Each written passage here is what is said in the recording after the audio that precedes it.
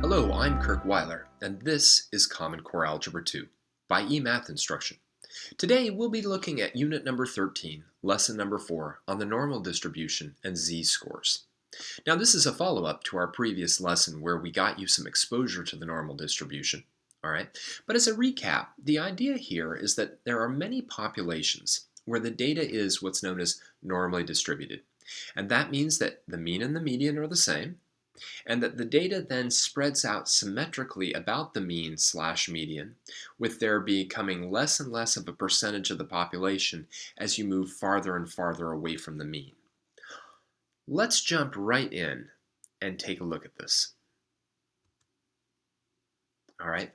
In order to do the work we're going to do today, we're going to have to use what's known as a data values z-score. So let's talk about what the definition of a z-score is. We talked about this a little bit in the last lesson, but this time we're just going to formally use it and define it. It says for a data point xi, so this is actually a value in the data set. You got your heights of all the plants that grew. That's one of them. It's got a z-score, and that z-score will always be calculated by taking the score and subtracting off the mean. Whoa, wait a second. I thought the mean was x bar. What's this thing? All right, let's talk a little bit about this bad boy. All right. All along when we've been using x bar as the mean, that symbol, this thing, is really supposed to be for a sample mean. Now we've used it for basically every type of mean, sample or population. But in theory, this thing, which is the Greek letter mu, is the population mean. Okay, the population mean. Anyway, regardless, it's the mean. So you take the data point, you subtract the mean from it, and then you divide by the standard deviation. And what that does is it simply calculates how many standard deviations the data point lies above or below the mean. If the z-score is positive, that data point is lying above the mean. If the z-score is negative, it's lying below the mean. And again, if you get a z-score of 2, it just means the data set was 2 standard deviations above the mean, no matter what the standard deviation is. It doesn't have anything to do with it. All right, so let's make sure that you can just use this thing, that you can actually use the formula to calculate some z-scores. All right, exercise 1.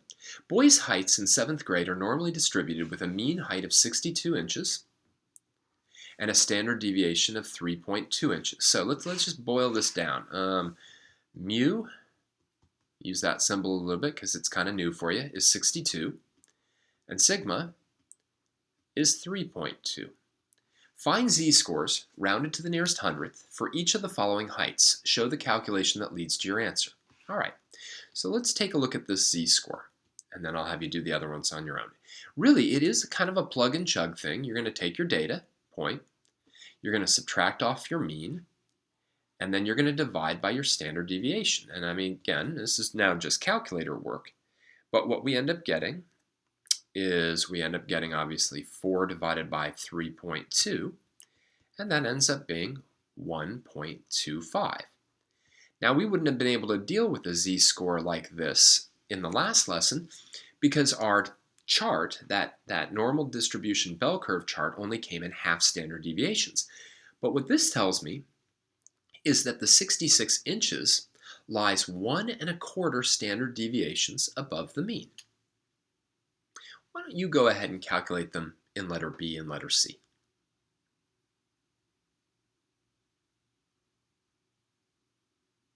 All right, well, it's really a plug and chug thing, but there is also an interpretation piece here that I want you to keep thinking about.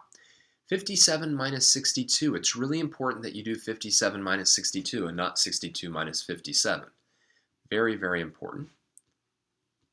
But when we do that, it's not all that exciting. It's negative 1.56. Now again, two things that are important about this, the negative and the actual value. All right, the negative tells you that that data point lies below the mean. Now you know that 57 is less than 62. But it tells us that it lies about negative 1.5 standard deviations below. About negative 1.5 standard deviations below. A z of 70 obviously lies above, but if I do 70 minus 62, and then I divide by 3.2, I will end up having exactly 2.50. So that's quite a ways above the mean, right? That lies 2.5 standard deviations above the mean. And what we've already seen is that very few data lie that far or greater away from the mean. All right, well, pause the video now, write down anything you need to. Okay, let's clear out the text. Let's do one more problem with z-score before we look back at the normal distribution. All right, there's our formula, big formula. Let's go the other way around. In exercise 2, it says Jeremiah took a standardized test where the mean score was 560. So we know that mu is 560. And the standard deviation was 45.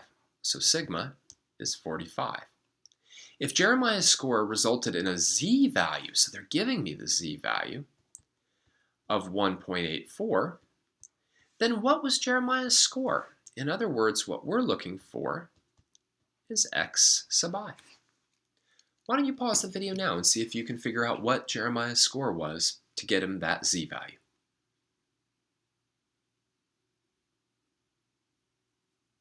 All right, let's go through it. Well, most students will really just do kind of a formula substitution here. They'll put 1.84 in for the z.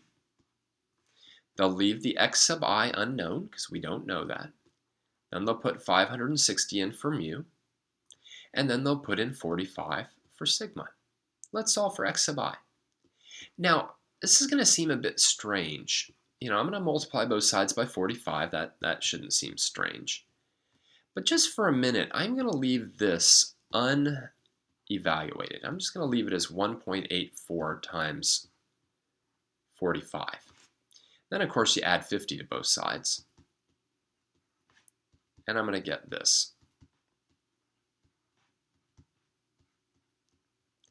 Now, you might even wonder, why did I write it this way? Why didn't I write the 50, like over here? And I'll explain it in a moment.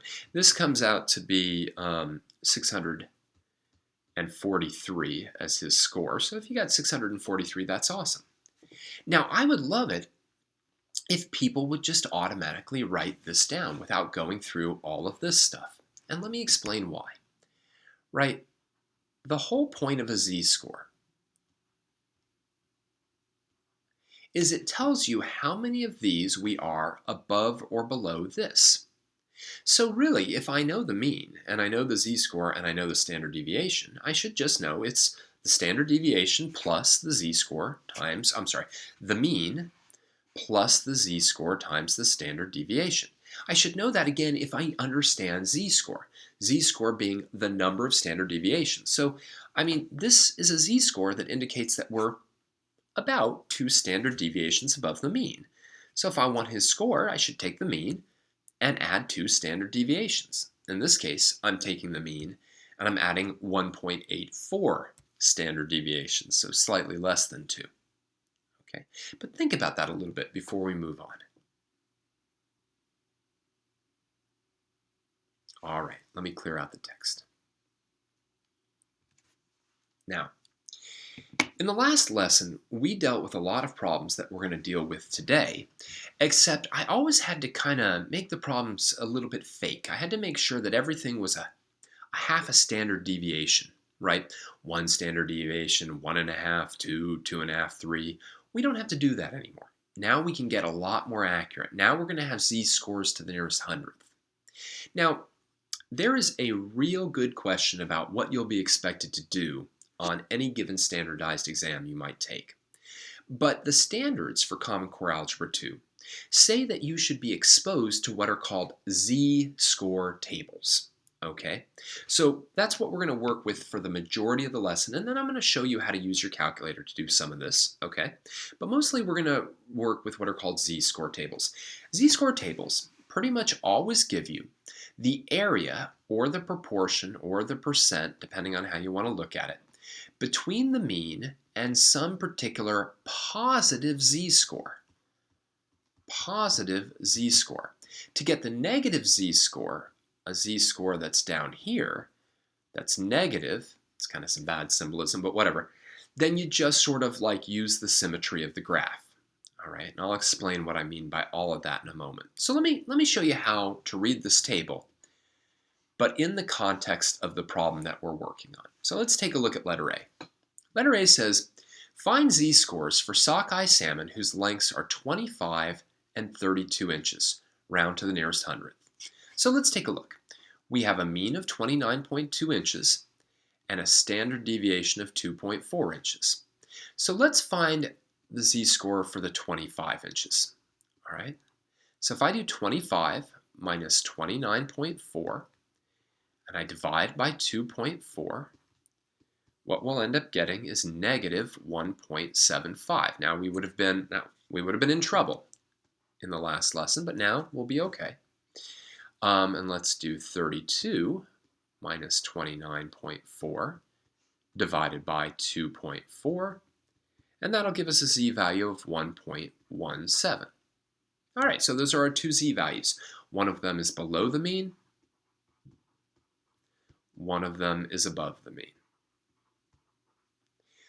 Letter B says, use the z-score table to determine the proportion of sockeye salmon population to the nearest percent that lies between 25 inches and 32 inches. All right, illustrate your work graphically. All right, well, let me actually draw out the graph. I'm sorry that that's kind of blocking our way a little bit there. But we've got this normal distribution, okay, and we've got the mean. All right, I'm just going to put that on as mu. And then we've got one of these things that lies 1.17, and we've got another one that lies negative 1.75. And what we want is all the area in here. Now I'm going to go with the positive 1 first, and here's how you read it. You go down to 1.1, and then you go out to 0.07. And this tells you how much area lies in here.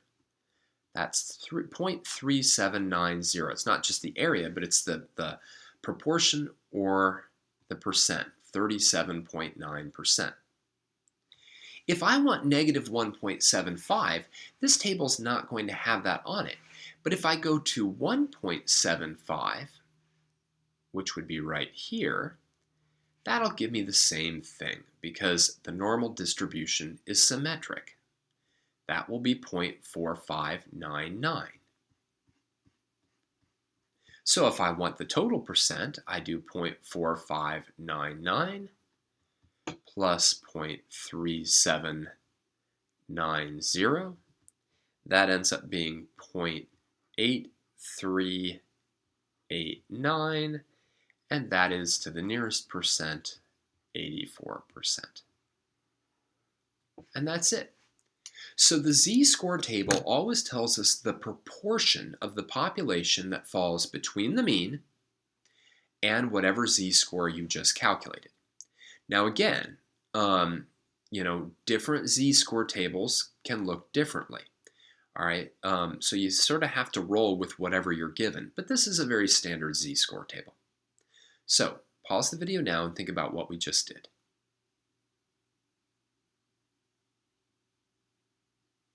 Okay, let me clear this out. Let's keep going. Now, in this particular problem, I'm going to have to bring that z-score table up repeatedly, but I'm going to be bringing it up down at the bottom of the sheet, and you'll see how this works in a bit. Let's take a look at exercise 4. It says, if the scores on a standardized test are normally distributed with a mean of 560 and a standard deviation of 75, answer the following questions by using z-scores and the normal distribution table. And I'm also going to be drawing those graphs out because I constantly want to sort of emphasize, well, the geometry of what's going on, strangely enough. Letter A says, find the probability that a test picked at random would have a score larger than 720, round to the nearest tenth of a percent. Well, the first thing I'm going to do is figure out a z-score that corresponds to 720. So I'm going to take 720, and I'm going to subtract off the mean, 560, and then I'm going to divide by the standard deviation, which is 75. And that's going to give me 2.13. Now let's draw a little graph of that. Okay. Here's my normal distribution, poorly graphed, I get it. Okay, and here's my mean. Now 2.13 would be out here, okay? And I want to know actually this, because I want to know the percent that's larger than 720. Larger, it's got to be out here. All right, but if I open up my z-score table and I go to 2.13, right? So here's my 2.1, here's my 0.03, right? That gives me not the answer I'm looking for, but it gives me this. This is now 0.4834. So how do I figure that out? Well, you have to be careful because you might say, oh, I should do 1 minus that. I even almost did that. But in fact, all of this out here represents just 0.5 or 50%. So what I actually want to do is 0.5 minus 0.4834, and that will give me a probability of 0.0166. All right? Now, rounded to the nearest tenth of a percent, right? That's 1.7%. The nearest tenth of a percent, 1.7%. All right? But you really have to understand the geometry of how those tables work. Okay, I am going to erase all of that and go back to my pen. All right, letter B says, find the probability that a completed test picked at random would have a score less than 500, round to the nearest tenth of a percent. Sorry about that. Why don't you pause the video and attempt that now.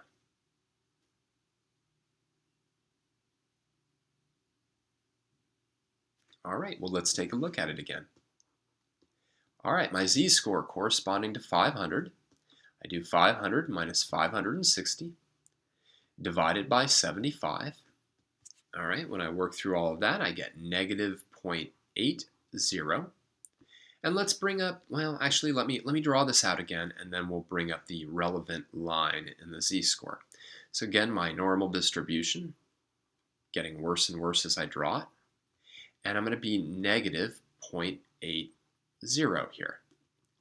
Now, just like before, I want everything that is less than 560. I want this. This is what I'm looking for, okay?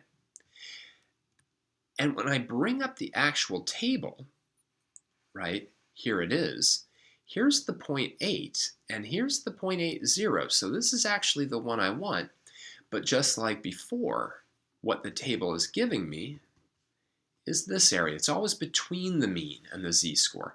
So I know that's 0.2881. So the actual answer I'm looking for is going to be, again, 0.5 minus 0.2881. And that ends up being 0.2119, which is equal to 21.2%. 21.2% will have a score less than 500. All right? Okay. I'm going to, yet again, erase all of this. Okay, we'll bring out the relevant z line again when we need it. Now, letter C says, find the probability that a completed test picked at random would have a score between 500 and 600. All right.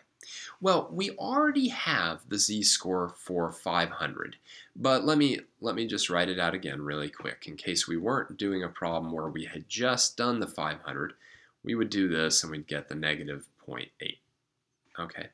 Then if we did the z-score for 600, which we haven't done yet, we would do this and we would get 0.53. Now again, what I want, as I draw out my normal distribution curve, is I want everything between negative 0.8 and positive 0.53. I want all of this. Okay, so let's take a look. Well, the area down here we've already figured out. That's the 0.2881. All right, that's there. This time I don't have to subtract it from 0.5. I hope you understand why that is. And to get my 0.53, all right, I'm going to need this one. It would also help if I actually had the pen turned on. Right, I need this one. Here's my 0.5, there's my 0.03, sorry, so that's 0.2019. All right, so at the end of the day, now my probability is 0.2881 plus 0.2019, which gives me 0.6830. We really could leave our answer that way. They just said find the probability. If we were keeping to what we did in the last two problems, we would say 68.3% if we were rounding to the nearest tenth of a percent.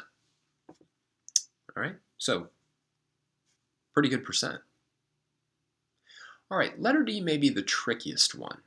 What I'd like you to do is pause the video and make an attempt at it.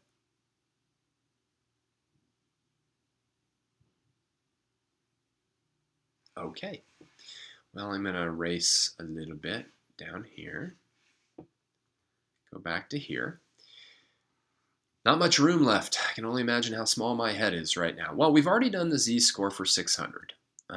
Again, let me just do it really quickly. 560 divided by 75 gives me the 0.53. Let me do a z-score for 700. Minus 560 divided by 75 gives me 1.87. Now let me draw an exceptionally small normal curve here. All right. Now I've got the 0.53, it's right here. And I've got the 1.87, it's right here. All right. So the 0.53, well, it's kind of silly. Here it comes again, is right here. Now that's the area that lies right in here. That's 0.2019. I think I'm going to want to get rid of this circle because it has nothing to do with it. All right, the 1.87, well, that's 0.4693. Now, the thing about that is that represents this area. 0.4693. Got to go into the black a little bit there. 0.4693. So how do we actually get our final answer? Well, strangely enough, here we subtract, right? And we have to do 0.4693 minus 0.2019 because really the only area we want shaded is this. And that 0.4693 includes the 0.2019. So we have to subtract, and once we do that, we get 0.2674, which is good, or 26.7%. All right, woo, lots on that page. What you should do is pause the video now, write down anything you need to.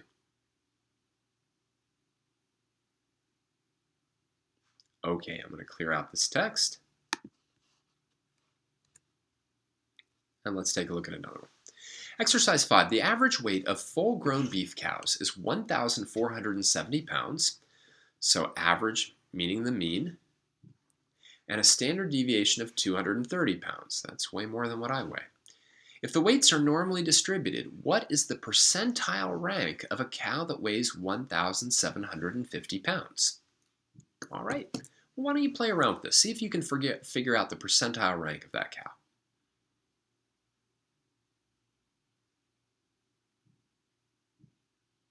Okay, let's go through it. So you're at the Dutchess County Fair, a cow weighs in at 1,750 pounds, and you are amazed you want to figure out its percentile because you know the average is only 1,470. So we figure out its z-score first, right? We take its weight minus the mean and divide by the size of the standard deviation. And what we get is we get 1.22. So it's 1.22 standard deviations above the mean. Right? So you got your mean, it's right here, and then your 1.22 standard deviations above the mean. Okay?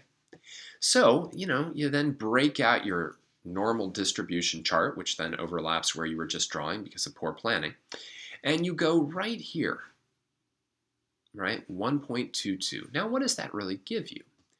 Well, it gives you this area, 0.3888. All right? But what we really want is all of this area. We want it all, right? So now we've got to take 0.50, which is what all of this area is, and add it to the 0.3888, and we get 0.8888. That's kind of nice, which is about 89%. So that cow, although large, is not quite in the 90th percentile. All right? Easy enough. Pause the video now, and then we'll break out the calculators and look at how to do this a little bit on the calculator. Okay, let's clear out the text. Now, again, it's tricky. It very well could be that you might be able to end up on a standardized exam, if with a graphing calculator, not having to do maybe any of what we just did. But it's very hard to tell. And it's literally a guarantee that when you take college level statistics, you will have to read a z-chart, a z-score chart.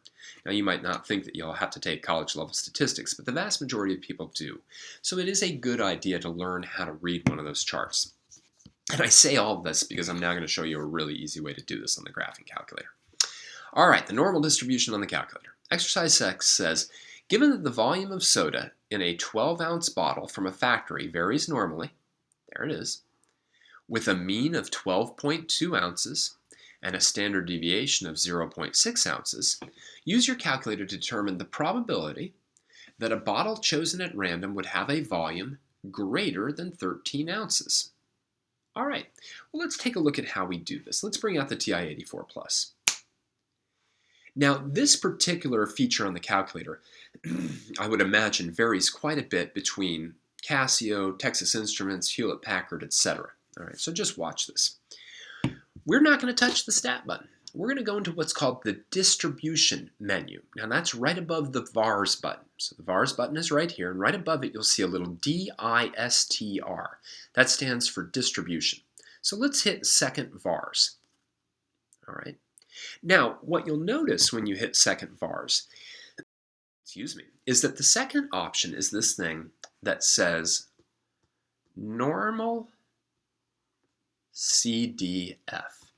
And that's the one that you want. You don't want the first one that says normal PDF. In fact, besides upper level stat work, I can't imagine why anyone would want that. Anyone would want it at all. But again, in higher level stat work, you might want it, but not right here. It should be option 2. We want normal CDF. So go ahead and pick that. Now, when you pick it, you see this interesting set of choices. Lower, upper, then mu, then sigma, and then paste, but let's not worry about that. Now, obviously, the mu and the sigma are easy. Those are the 12.2 and the 0.6. But what does the lower and the upper mean? Well, let me kind of visually illustrate this on one of those normal distribution graphs, right? The idea would be that we've got the mu, and that's 12.2. All right. And then we've got this 13.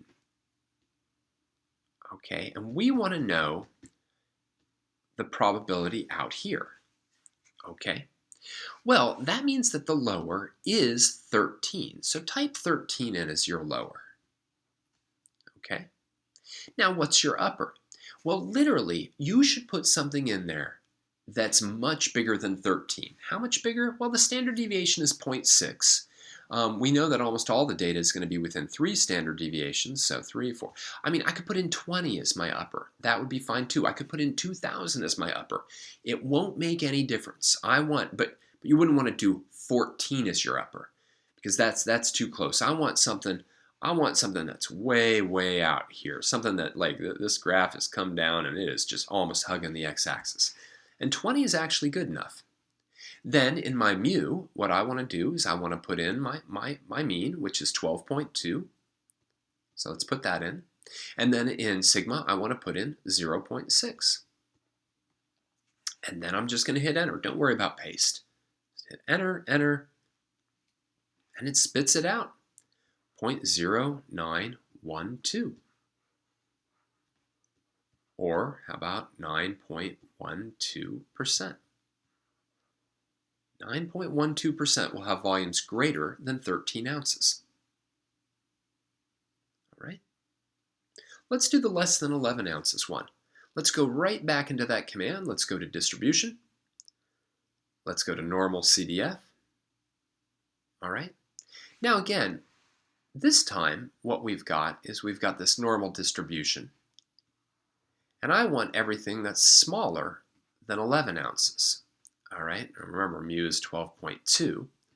So I want everything down here. All right, that means it's my lower that I have to make really small. You could even make it negative, even though that's insane. What I'm going to do is I'm going to make my lower just 0. I'm going to put in a lower bound of 0. That's going to be far enough to the left.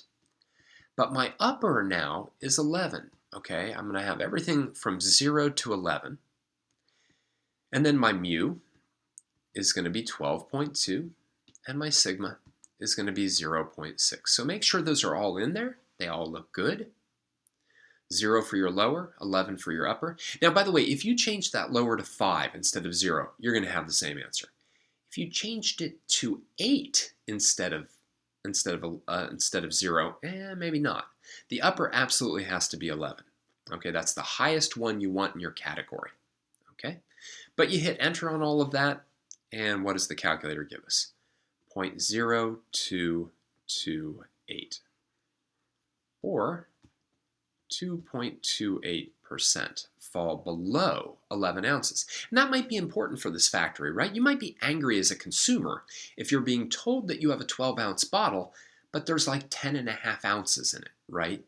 You know, that would make you upset. But only 2.28% of these bottles are going to have less than 11 ounces, and that's not very many, 2.28%.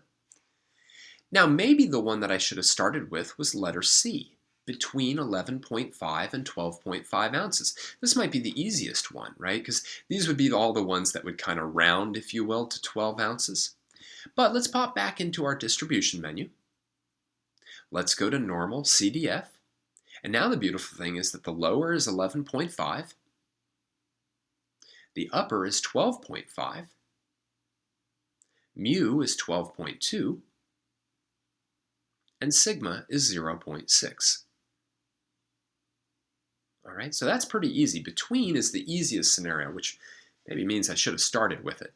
But we've got all that in. Make sure it looks good. Hit enter. And the calculator spits out 0.5698, or let's just go with this, 57%. So that's good, right? You know, 57% of these sodas would sort of have a volume, if you will, that rounded to 12 ounces. I mean, if it's a 12-ounce soda, you sort of want it to have 12 ounces.